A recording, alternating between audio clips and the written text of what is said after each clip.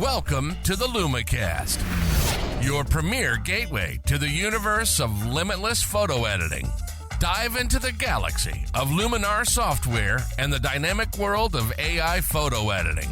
Join us weekly for a burst of creativity and the drive to transform your photos with confidence and skill.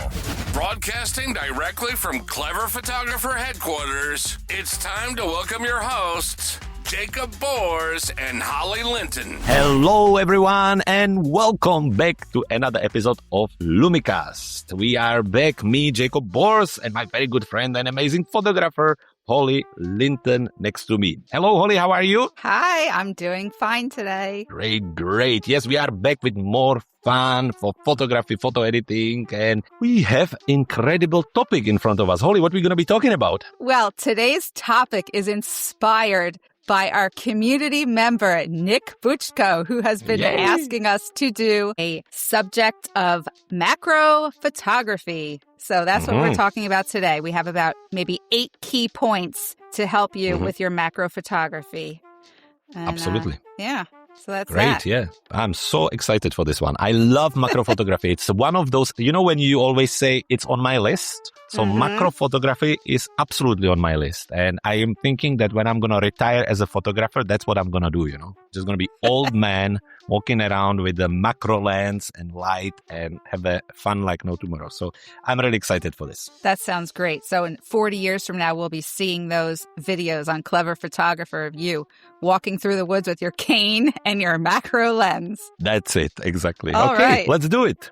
Let's do it. So for starters, what is macro photography, Jakub? Cool. So macro photography, if you've been around photography for a little while, or you all saw these incredible images of like spiders and flies and flowers and butterflies, it basically is showing the subject with the details that invisible or naked eye cannot show, which you can get really close to. Now, you will need for that a little special lens, which we're going to talk about in a moment, but ultimately it just gives you that one-on-one magnification and get you to incredible viewpoints and framings and views that you've never seen before. So ultimately, it's to be able to kind of get really close to the subject and show it out there. So yeah, macro photography like that.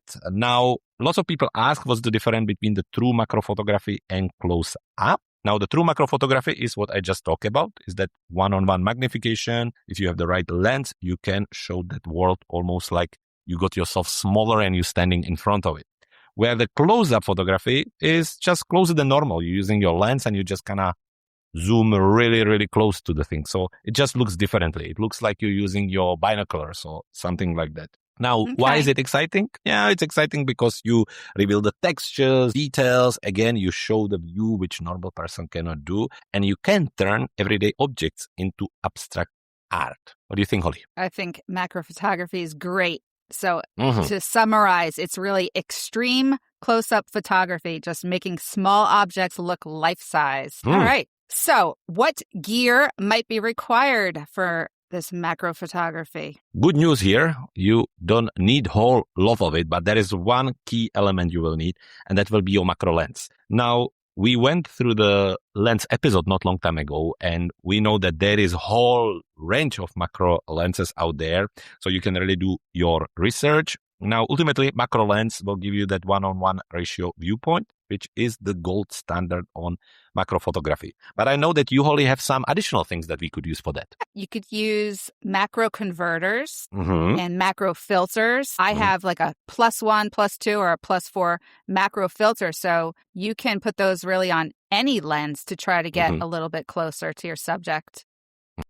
Have you ever tried them? I have. And it definitely, it just gets you that much closer. Now, if I have a lens baby that already I could get 8 inches from my subject, if I put one of these macro filters on, I haven't quite figured out how much closer can I really get, but I just keep kind of moving in until I can, get focus on it. But it definitely helps you get closer to your subject. So that's one thing. Remote shutter or cable release, again, talking about focusing on lots of stuff. The remote shutter will just allow you to step aside, maybe be closer, double check things, or maybe avoid any additional shakes to your camera and lens. And finally, clumps or plumps. I never heard the word plumps before. Yeah, just sometimes you need to hold things, right? get them in a place. If you're photographing certain subjects, it can be really helpful. So those are my options when it comes to gear for macro photography. Mm-hmm. A plamp is just a clamp with a P in the front of the word. That's I funny. think they're pretty much the same thing. Okay. Yeah. Well, I have a my 100 millimeter macro lens. It's the 1-to-1 ratio. So I love that. But I've Cool. noticed there are many lenses that will say macro capable 2-to-1. Mm-hmm. Mm-hmm. So Yeah. people might already have one that's macro capable and not realize it. Definitely to check it out. And I honestly, just kind of coming back to the beginning, I know it's just a close-up photography, but if you just want to really give it a go and use long lens and get a detailed shot on something, it's a good start as well. It's not exactly macro photography, but if you just want to see, I'm not sure if it's for me, this is a great way to start as well. So yes, but ultimately, if you're ready for macro, get yourself 1-to-1 ratio macro lens. And that's where the real fun begins, I think. Mm-hmm. I agree. Okay. All right. Our third point is, what are the lighting requirements for macro photography? Mm-hmm. So just like with lots of subjects out there and photography styles, we have a number of options here. Natural light is great. However, again, a little bit like with the tripod, there's things constantly changing, especially when you're out there, you're photographing your bugs or butterflies or flowers, and the light changes based on your cloud coverage and the light. Natural light is great. However, you want to find a way to control it. So if you don't necessarily want to go for the natural light, you can go for macro ring light, which ultimately screw or attach to the front of the lens. That can be a really cool way to use it. You can also use flash. There are actually very specific flashes for macro photographers out there. They can be attached to the top of your camera, and then they have this special shoe which shine in front of the lens and can be super creative.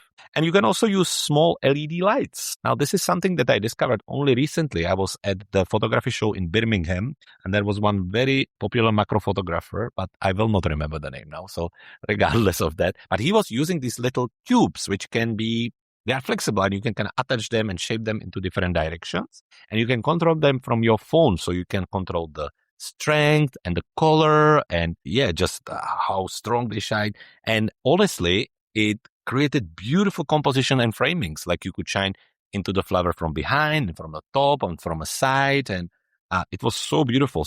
If you've never seen or heard about these little small flexible LED lights, definitely check it out. It can create beautiful, beautiful results. What do you think, Holly? I think using lights is a good idea, and it just reminds me that I've never done that. So I better make sure I do that next time. But I do have what's called a Lume Cube Mini. The brand is Lume Cube. I know they make all sorts of lights. Okay. I had gotten this little mini light, which does attach to my hot shoe on the camera.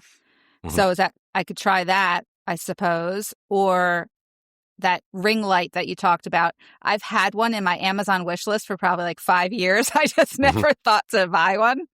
But that's probably the easiest thing to do, I would think. Yeah. And I know what you're talking about with those cute little lights that you could just put all around your subject. Yeah. It's probably a good idea, especially if you're out in the woods and you want to like light up a little mushroom or something. Just have little lights all around. That was very cute. Yeah, he's using it for mushrooms, little flowers, little plants. Yeah, it looked incredible. Very, very creative. Okay. All right. On to the fun part. What subjects can you shoot with your macro lens? Now, for this one, we have expert in Holly because she has a full list of things that you can shoot. So, Holly, over to you. All right. We could shoot jewelry, coins, insects, those butterflies, of course, flowers, of course. You could do oil and water and I did this at a workshop recently where they had like the oil and water in a Pyrex clear dish and then like resting on a stand. And then underneath the dish was a colorful piece of paper or maybe a piece of paper that had patterns on it. And you're shooting like almost like a flat lay. Your camera's 90 degrees tipped downwards taking these pictures. And someone swirls the oil and water around and then the color from underneath it, gives you a nice pattern. So you could shoot something like that. Leaves, like even dying leaves or leaves that have little holes in them with patterns forming.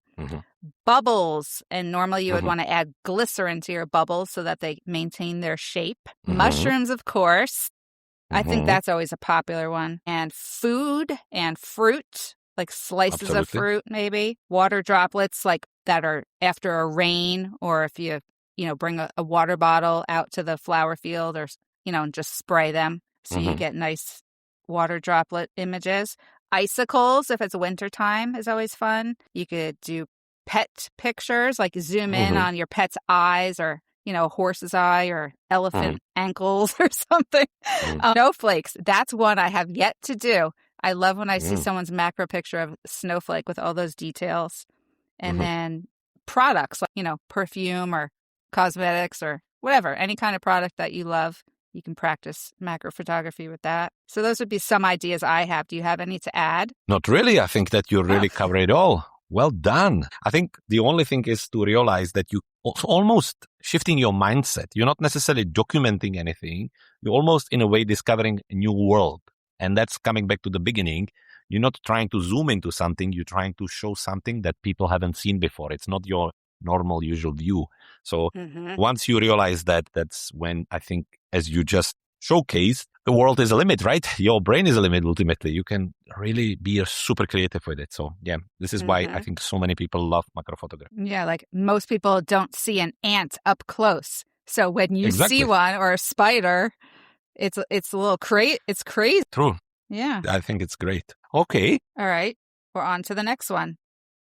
What camera settings and shooting modes should we be using? Of course. So we have passed through what microphotography is. We talk about what gear you need and what you're going to photograph. And now you have it all together and you need to set up your camera. Now, I think many macro photographers out there will say that you need manual camera mode. However, there will definitely be some subjects where you can just, let's say, take it a little easier at the beginning and go for the aperture priority mode.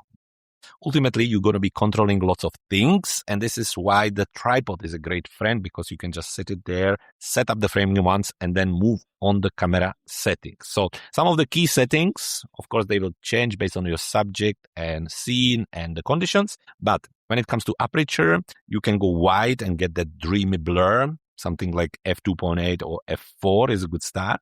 Or you can go narrow and get more details. So f16, again, keep an eye on sharpness and the subject. And you need to find the right balance between using a wide aperture and then maybe combining multiple images together, or using narrow aperture and getting good quality of the image. When it comes to the ISO, as always, the idea is to keep it as low as possible to avoid adding any additional digital noise.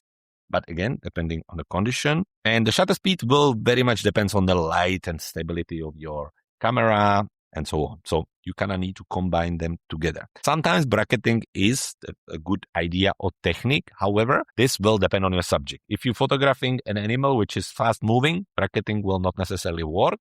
But if you have a mushroom, for example, or a snowflake or something like that, then you can definitely apply it. Or if you can have an animal which is not moving at all, or insect or something like that. Yes, the bracketing is a great idea, but it will depend on the subject. So those are some of the basic camera settings I would think about when it comes to macro photography. And isn't it true that even though, like, if you shoot f16 with your macro lens, it's still going to have some blurred edges, and that would be the reason why someone would want to use focus bracketing if they really wanted every single detail of the subject. Yeah. That's when you would have to use bracketing. Absolutely. Exactly. That's the whole idea. It really depends on the subject and on what you try to photograph, also how close you are, and so on. Okay. So what's the next point? Well, I think we need to take a short commercial break. So just, let all this absorb, and we'll be right back.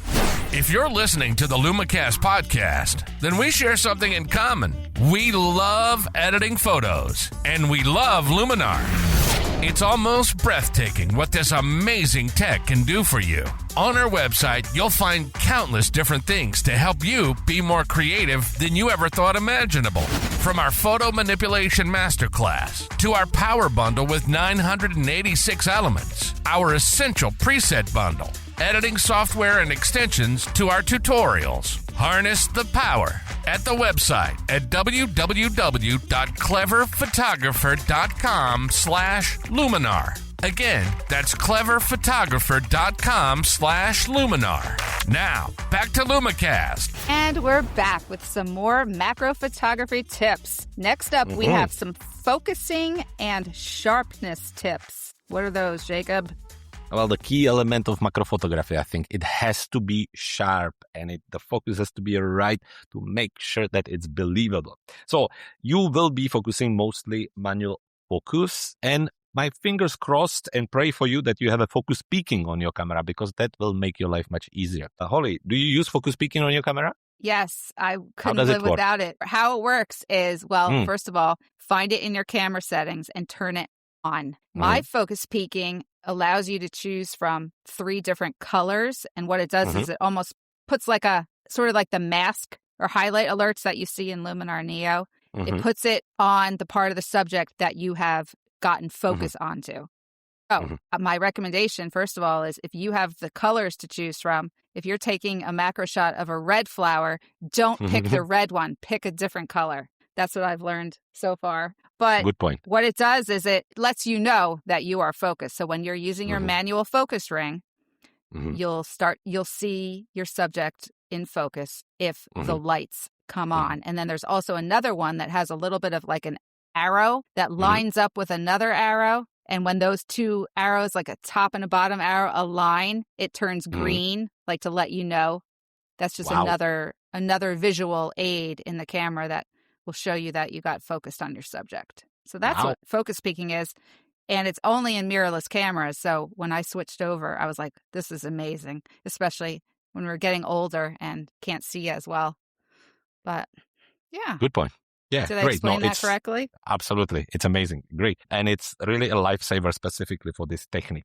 Now, when it comes to focusing itself, once you find the right point, the kind of good point, if you need to move in that focusing zone, sometimes it's better actually just to move with your camera back and forward rather than using the wheel continuously. So once you get a hold of it, you will see that some really experienced macro photographers first focus on the first part of the subject. So let's say this is like your tulip flower. It's just an example. So they find with their wheel, focus on the tulip, and then they keep taking picture, and very, very slowly they keep moving forward. And as they're doing that, they basically take in with each shot, they just keep moving that focus zone a little bit further into that space, a little bit deeper until they get towards the end of the flower.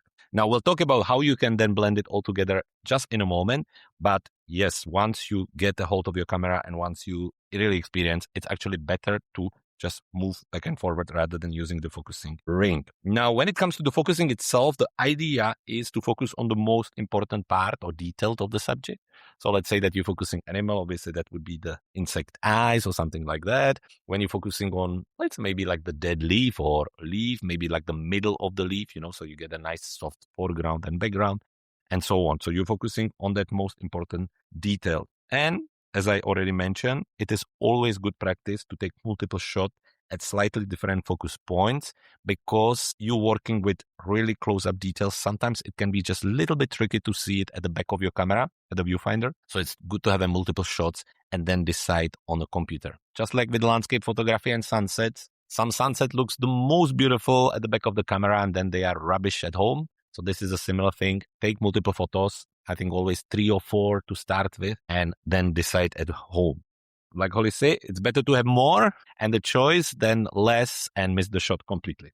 So that would be my basic setup for focusing and sharpness. Anything to add, Holly? Well, I guess I really just need to try it for myself. As we've said, it's been on my list of things to do for many years. But if you're on a tripod, though, and you're saying move forward a little, you mean inch your scoot your tripod like a millimeter closer to the subject? Or are you saying, you said lean in? Because I do that lean in, lean out to try to get things in focus. But so say you have the front of the petal, the middle of the flower, and the back of the flower. How are you physically doing that? Is everything staying stationary on your tripod? You're not moving your lens, but you're turning your focus ring until you see that middle part come into focus, or you see the back part come into focus. Is that what you're talking about? Yes. So if you're using the tripod and if you're just starting, do it with the ring because that's much easier, so move front of the petal, move in the middle of the tulip, move to the end.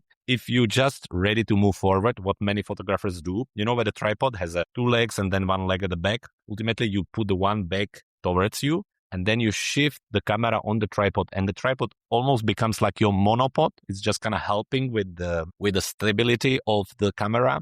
So you ultimately lifting one leg up, and it's the one against the subject, so you can use it that way. It takes a little bit of practice, but it can be done that way. But even furthermore, you would use this technique I was talking about without the tripod later on, where you can just move the whole body back and forward. Okay. And obviously, just experiment and just do it. Just do it and Absolutely. see what happens. I always forget that's an option. Just try it, for goodness sake.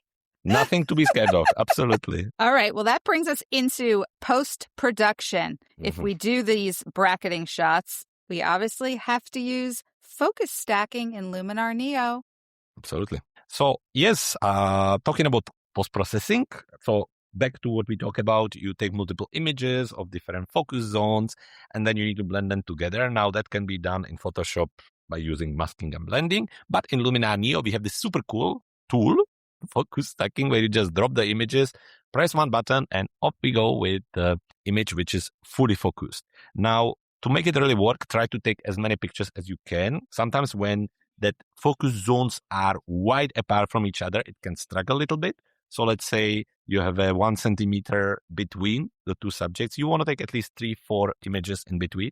So this is why more is always better, but it's super simple and it can really work super well there. Now, with some additional editing tasks that you will be doing with the macro photos, you will be cleaning up the dust, because as you close, everything looks a little bit bigger. You will be removing distractions, enhancing textures, adding contrast, working with colors, and just making it all look beautiful. What do you think, Holly? Anything to add on editing? Not really. Of course, all the tools in Luminar will be great to use in your post-production.